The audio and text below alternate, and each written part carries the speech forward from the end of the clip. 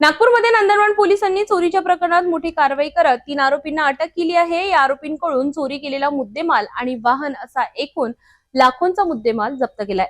नागपूर शहरातील नंदनवन पोलीस ठाण्याच्या हद्दीत चोरीच्या घटनेचा पर्दाफाश करण्यात पोलिसांना यश आले। फिर्यादी विपिन अनिलराव बंडीवार हे एका खासगी कंपनीत मॅनेजर पदावर कार्यरत असून केडीके टी पॉइंट येथील उड्डाणपुलाच्या कामावर देखरेख करत होते।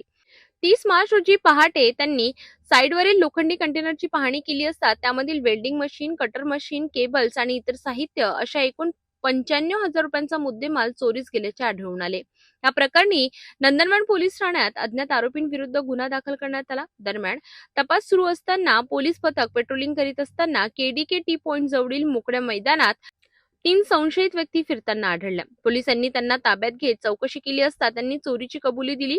अटक करण्यात आलेल्या आरोपींची नावे सय्यद साहिल, सय्यद जलाल, साहिल अली, मुश्ताक अली उर्फ गुजर आणि शहबाज खान, शेर खान अशी आहेत। या आरोपींनी केवळ कंटेनर मधील साहित्यच नव्हे तर श्रीकृष्णनगर चौक परिसरातील एक ऍक्टिवा दुचाकी ही चोरी केल्याची कबुली दिली आहे। पोलिसांनी आरोपींकडून एकूण 1,09,300 रुपयांचा मुद्देमाल आणि वाहन जप्त केले असून पुढील तपास सुरू आहे। पोलीस स्टेशन नंदनवन या ठिकाणी 144/2026 कलम 303(2) अन्वये गुन्हा दाखल होता।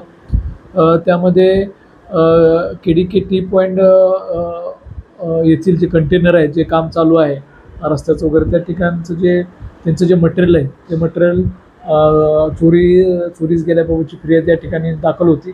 सदर गुन्ह्याचा तपास करताना या गुन्ह्यामध्ये सय्यद साहिल, सय्यद जलाल, साहिल अली, मुश्ताक अली आणि शहबाज खान, शेर खान यांनी सदरचा गुन्हा केल्याचं निष्पन्न झाल्याने त्यांना सदर गुन्ह्यात अटक करण्यात आलेली आहे आणि सदर गुन्ह्यातील गेल्या मालापैकी 95,180चा मुद्देमाल जप्त करण्यात आला। तसं त्यांच्याकडून एक पांढऱ्या रंगाची होंडा ॲक्टिवा 6G मोपेड करार MG 40 CE 174 पण जप्त करण्यात आलेली आहे। त्यामध्ये टोटल 95,150 आणि गाडी आहे ती गाडी जप्त करण्यात आली। सदरचं जी आहे PSI राऊत आणि त्यांची जी DB टीम आहे तसेच PSI काईट यांनी यामध्ये महत्त्वपूर्ण कामगिरी केलेली आहे। नंदनवन पोलिसांच्या सतर्कतेमुळे 2 गुन्ह्याचा उलगडा झाला असून आरोपी सध्या पोलीस कोठडीत आहेत। या प्रकरणाचा पुढील तपास पोलीस करीत आहेत।